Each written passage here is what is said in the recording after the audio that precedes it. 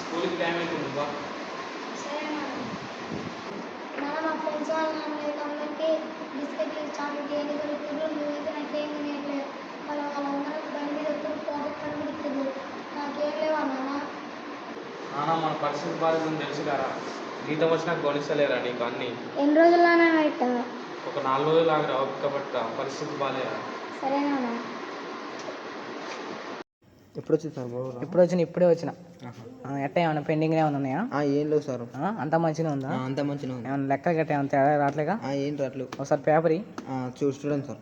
చూస్తాను, ఒక నిమిషం. అంతా మంచిగా ఉంది, ఆల్ క్లియర్గా ఓకే, అంతా మంచిగా ఉంది. అవును సార్. సర్లే మరి.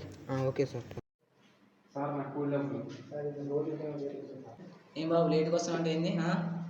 సార్ మా బాబుని స్కూల్లో దింపాడు. అన్ని సంబంధం లేదు, ఇక్కడ లెక్కలో నాకు పై అధికారి నన్ను తిడుతున్నాడు, అర్థమైంది? లెక్కలో తేడా అవుతుంది.